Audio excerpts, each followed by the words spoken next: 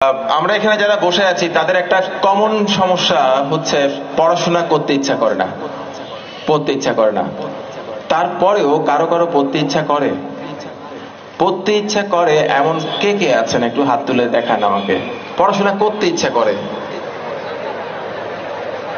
আরে বাবা, রংপুরকে এমনি শিক্ষানগরী বলে না। তো যাই হোক, আপনাদের মধ্যে যাদের যাদের পড়তে ইচ্ছা করে তারা খুব সম্ভবত মানসিকভাবে অসুস্থ। কারণ পড়াশোনা করতে ইচ্ছে করবে না এটাই স্বাভাবিক, পড়াশোনা কারো করতে ইচ্ছা করে না। এখন এখানে আরেকটা কথা আছে, আপনারা যারা বসে আছেন তাদের একটা ভালো চাকরি পেতে ইচ্ছে করে কার কার, একটু হাত তুলে দেখান। ওকে, একটু খেয়াল করেন, যারা বসে আছেন তাদের বেশিরভাগেরই পড়াশোনা করতে ইচ্ছা করে না, কিন্তু একটা ভালো চাকরি পেতে ইচ্ছে করে। ধরেন পৃথিবীর সবচেয়ে সুন্দর যে ডাকটা, সে ডাকটা হচ্ছে মা কিংবা বাবা, যেটাই বলেন। তো একটা মেয়ে, তার খুব মা ডাক শুনতে ইচ্ছে করে, কিন্তু তার বিয়ে করতে ইচ্ছে করে না। এখন বিয়ে করা ছাড়া বৈধ উপায়ে মা ডাক শোনার কোনো রাস্তা নাই, নিজের সন্তানের মুখে মা ডাক শোনার কোনো পথ নাই। ঠিক একইভাবে পড়াশোনা করা ছাড়া বৈধ উপায়ে ভালো চাকরি পাওয়ার কোনো বুদ্ধি নাই। সো পড়াশোনা করতে হবে। এখন পড়াশোনা করতে হলে, কাজ করতে হলে আমাদের কি লাগে? ইদানিং একটা ভালো জিনিস বের হয়েছে, মোটিভেশন লাগে। কয়েক ছটাক মোটিভেশন নিলাম, গিলে খাইলাম, তখন মনে হলো পৃথিবী জয় করে ফেলবো। এর পরের দিন কোনো খবর নাই। যখন সুশান্ত পালের কথাগুলো শুনি ইউটিউবে, তখন মনে হয় পৃথিবী উল্টাই ফেলবো, পরের দিন নিজে উল্টাই বসে থাকে। এখন এটা সলিউশন কি? আচ্ছা দেখেন, যে সমস্ত রাইটার বই লেখে, অনেক লিখতে হয় ওদের। আচ্ছা বলেন তো, একটা মানুষ কি প্রতিদিন মোটিভেটেড ফিল করতে পারে? এটা কি সম্ভব? প্র্যাকটিক্যালি সম্ভব না। অর্থাৎ আপনার পক্ষে প্রতিদিন অনুপ্রাণিত হওয়া সম্ভব না, কিন্তু আপনাকে প্রতিদিন কাজ করতে হবে। আপনার মোটিভেশন আসুক কিংবা না আসুক, আপনাকে কাজ করে যেতে হবে। সো এই ক্ষেত্রে যেটা করতে হয় সেটা হলো, আপনি কখন মোটিভেটেড হবেন ওয়েট করে বসে থাকবেন এরপর পড়াশোনা করবেন, সেটা হবে না। একজন রাইটার প্রতিদিন নিয়ম করে টেবিলে বসে, এবং অনেক সময় ওনার মাথায় কোনো কিছু আসে না, ওনার লিখতে ইচ্ছা করে না, ভালো কোনো লেখা আসে না। যে লেখাটা লিখলেন সে লেখাটা উনি ছিঁড়ে ফেলে দেন, উনি তাও বসে থাকেন টেবিলে, অর্থাৎ নিজেকে জোর করে আটকে রাখেন। এমনও হয়েছে আর্নেস্ট হেমিংওয়ে হয়তোবা 6-7 ঘন্টা বসে আছেন টেবিলে, উনি এক পৃষ্ঠাও লিখতে পারেন নাই। আর্নেস্ট হেমিংওয়ের কথা বলছি তো। কিন্তু উনি বসেছিলেন, প্রতিদিন বসেছিলেন, প্রতিদিন টেবিলে বসেছিলেন। একটা সময় বসে থাকতে থাকতে এটা ওনার একটা অভ্যাসে পরিণত হয়। আপনাদের বলছি, আপনাদের পড়াশোনা করতে ভালো লাগুক না লাগুক, টেবিলে বসে থাকবেন, টেবিলে বসে থাকবেন, নিজেকে বোঝানোর চেষ্টা করবেন যে আমি পড়াশোনা করছি। হয়তোবা আপনার অনেকক্ষণ পড়াশোনা হবে না, আপনি নিজেকে তা সত্ত্বেও টেবিলে জোর করে আটকে রাখবেন, টেবিল থেকে উঠে যাওয়া যাবে না।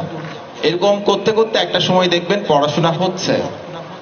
হয় কি, আমরা যারা নিজের পছন্দে বিয়েটা করতে পারি নাই, তারা দীর্ঘদিন ধরে একটা মানুষের সঙ্গে থাকতে থাকতে একটা সময় একটু একটু করে ভালোবাসা জন্ম নেয়। ঠিক একইভাবে বই নিয়ে প্রতিদিন বসে থাকতে থাকতে একটা সময় বইয়ের প্রতি একটা ভালোবাসা জন্ম নিবে। And it works, it happens. তো মোটিভেশন জিনিসটা ভুয়া জিনিস। মোটিভেশন মাথা থেকে ঝেড়ে ফেলেন, এগুলো আসলে কোনো কাজ টাজ করে না। আপনাকে পড়তে হবে, এটা আপনার দরকার, আপনার একটা চাকরি দরকার, আপনার সাফল্যে পৌঁছানো দরকার, লক্ষ্যে পৌঁছানো দরকার, ওই কাজটাই করতে হবে। এই যে পেছনে পুলিশ ভাই দাঁড়ায় আছেন, আপনার কি মনে হয় উনি মোটিভেটেড ফিল করতেছে? No, this is his duty. ওনার ভালো লাগুক না লাগুক দাঁড়িয়ে থাকতে হবে। এবং একইভাবে পড়াশোনা করাটা আপনার ডিউটি, আপনার ভালো লাগুক না লাগুক পড়াশোনা করতে হবে, অন্তত যতদিন পর্যন্ত আপনি ভালো একটা চাকরি পাচ্ছেন ততদিন পর্যন্ত। ওকে। আচ্ছা, আমরা অনেক সময় একটা কথা শুনি, আমাদের গার্ডিয়ানরা বলেন, বাবা মা বলে, দেখ দেখ ওর মতো হতে হবে, বলে না? আপনাদের পাড়ার, আমাদের পাড়ার যে ছেলেটা ক্রিকেট খেলে, সে কিন্তু খুব ভালো করে জানে সে লাইফে হয়তো বা কখনো টেন্ডুলকার হতে পারবে না, টেন্ডুলকারের মতো গ্রেট হতে পারবে না। ধরলাম তার নাম হচ্ছে বেলাল। বেলাল জানে সে কখনো টেন্ডুলকার হবে না, তা সত্ত্বেও সব প্র্যাকটিস করে যায়, প্র্যাকটিস করে যায়। কেন করে যায়? কখনো না কখনো কেউ একজন হয়তোবা বেলালকে দেখিয়ে বলবে, দেখ বেলালের মতো হতে হবে। আমি আপনাদের বলছি, সে বেলালটা হয়ে উঠুন। অর্থাৎ আপনি আপনার লাইফটাকে এমন ভাবে কাটান যাতে কেউ না কেউ আপনাকে দেখিয়ে বলে, দেখ তার মতো হতে হবে। আপনি হয়তোবা অনেক গ্রেট হবেন না, দরকার নাই, কিছু মানুষের আদর্শ হয়ে ওঠেন, তাহলেই হবে। আজকের ক্যারিয়ার আড্ডাটা আমার এখানে ৭৮তম ক্যারিয়ার আড্ডা, আমার টোটাল ক্যারিয়ার আড্ডা। আর রোকেয়া ইউনিভার্সিটিতে এটা হচ্ছে সেকেন্ড ক্যারিয়ার আড্ডা। আগেরটা হয়েছিল বোধহয় 16 সালের দিকে, 16 বা 15 মনে নাই। তো এটা সেকেন্ড ক্যারিয়ার আড্ডা। আমি ধন্যবাদ জানাচ্ছি রোটারি ক্লাব রংপুরকে, মানে বেগম রোকেয়া বিশ্ববিদ্যালয় শাখাকে আমাকে এখানে আসতে বলার জন্য। আমি অনার্ড ফিল করছি। তো তাদের জন্য দুইটা কথা বলি, রোটারি ক্লাবের জন্য। তুমি না থাকলে সকালটা এত মিষ্টি হতো না, তুমি না থাকলে আজকের অনুষ্ঠান সৃষ্টি হতো না। তো যাই হোক, তাদের জন্য ধন্যবাদ, তাদেরকে আমাদের পক্ষ থেকে উষ্ণ অভিনন্দন জানাচ্ছি, উষ্ণ ধন্যবাদ জানাচ্ছি। রোটারি ক্লাব দীর্ঘজীবী হোক। ওকে, আমার একটা ওয়েবসাইট আছে, ওয়েবসাইট হচ্ছে www.sushantopal.com। সেখানে আমার সব লেখা দেয়া আছে, যাতে আমার বিভিন্ন সময়ে বিভিন্ন লেখা পড়তে ইচ্ছে করে, লেখা খুঁজে পেতে অসুবিধা হয়, তারা এখানে সব লেখা পাবেন। এখানে মোটামুটি যতটুকু লেখা আমি জোগাড় করতে পেরেছি আর কি, আমার নিজের লেখা, অনেকগুলো হারিয়ে গেছে। তো এই লেখাগুলো এখানে দেয়া আছে, যদি কারো ইচ্ছে হয় এখান থেকে দেখে নিতে পারবেন। আমার একটা পেজ আছে, পেজটা অনেকে, আসলে আমার নামে অনেকগুলো পেজ আছে, তো যেই পেজটাতে ফলোয়ার একটু বেশি আর কি, 2.5 লক্ষের বেশি, আমি জানি না অ্যাকুরেটলি কত, এখন কত, 2,70,000, 2,70,000, হ্যাঁ ওইটাই হচ্ছে আমার। আর বাকিগুলো আমার ভূতের, আমি ভূতগুলোকে চিনি না। ইউটিউব চ্যানেল আছে একটা, ওখানে আমার ক্যারিয়ার আড্ডাগুলো আপনারা পাবেন, ওখানে যেতে পারেন, সুশান্ত পাল নামেই আছে। ধরেন একটা গল্প বলি আপনাদের।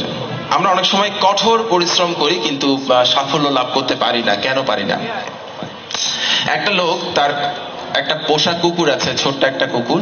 ওই কুকুরটা পেছনে ছুটতে ছুটতে ছুটতে ছুটতে হঠাৎ খেয়াল করেননি উনি, একটা ম্যানহোলের ঢাকনা খোলা ছিল, ওখানে পড়ে গেছে। তো ম্যানহোলের ভেতরে ছিল সেপটিক ট্যাঙ্ক, ওখানে মধ্যে মানে মানুষের মলমূত্র চারিদিকে, সেখানে ওই বেচারা দাঁড়ায় আছে। তখন অনেক চেষ্টা করতেছে ওখান থেকে ওঠার জন্য, উনি ওখান থেকে উঠতে পারতেছেন না, উল্টো গায়ে আরো নোংরা লেগে যাচ্ছে, মুখে নোংরা লেগে যাচ্ছে, কি করবেন বেচারা? তখন উনি চিৎকার করছেন, ফায়ার ফায়ার, আগুন আগুন। এই আগুন আগুন চিৎকার শুনে অনেক মানুষ আসলো, আসার পর দেখে কি আসলে আগুন লাগে নাই, একটা লোক নিচে পড়ে গেছে, ওকে ওখান থেকে টেনে তুলছে। তারপর উনি একটু পরিষ্কার করার পর সবাই বলল, কি ব্যাপার, তুমি আগুন আগুন করে চিৎকার করতেছো কেন? আগুন তো লাগে নাই। বলে, ভাই আমি যদি আগুন আগুন চিৎকার না করে যদি বলতাম শীত শীত, আপনারা কেউ আসতেন? বলে, না তা তো আসতাম না। অর্থাৎ কাজ করাটা ইম্পর্টেন্ট না, সঠিক কাজ করাটা হচ্ছে ইম্পর্টেন্ট। অর্থাৎ কখন কি করতে হবে। আমরা অনেকেই প্রচুর পরিশ্রম করে ফেল করি। ভাই, আপনার পরিশ্রমের কথা পৃথিবী মনে রাখবে না, আপনার সাফল্যের কথা পৃথিবী মনে রাখবে, কথাটা মাথায় রাখবেন। তো আমাদের যখন কোন একটা কাজ করতে হবে, আমাদের অবশ্যই মাথায় রাখতে হবে কাজটা কিভাবে করা উচিত। বেশিরভাগ মানুষ সফল হতে পারে না, তারা বুঝতে পারে না কাজটা কিভাবে করা উচিত। পরিশ্রম সবাই করে, কিন্তু প্রপার ওয়েতে পরিশ্রম করাটা হচ্ছে সবচেয়ে ইম্পর্টেন্ট। তো আজকের ক্যারিয়ার আড্ডাতে আমরা কিছু চুক্তিতে আবদ্ধ হই পরস্পরের সাথে।